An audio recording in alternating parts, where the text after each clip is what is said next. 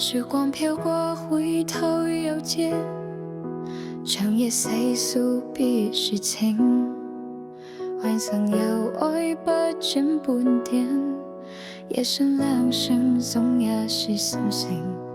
誰可想到誰能預算，其實你對我痴情，藏在暗裏多年，在這天終於要說一遍，我怎麼可狠心的欺騙，但也不忍跟你絕情，我匆匆地再喝一杯，沒法清醒作決定。難怪曾說出不能成為知己的，怎麼可能相戀？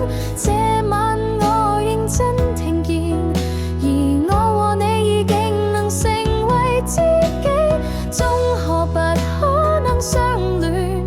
我卻怕未可以預見，有情如仍未變，最終雙方都會死。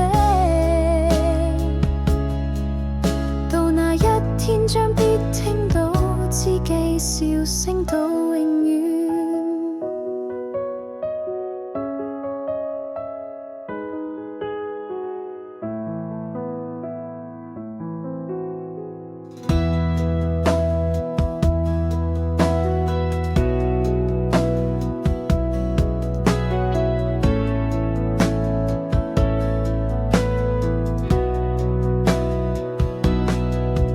如果可以回頭避免，也許彼此好過點。無奈看你此刻眼睛，彷彿我不應拒絕要情。誰知應要如何辯證，才是有愛與知情？為害怕愛火燒完，現有的知己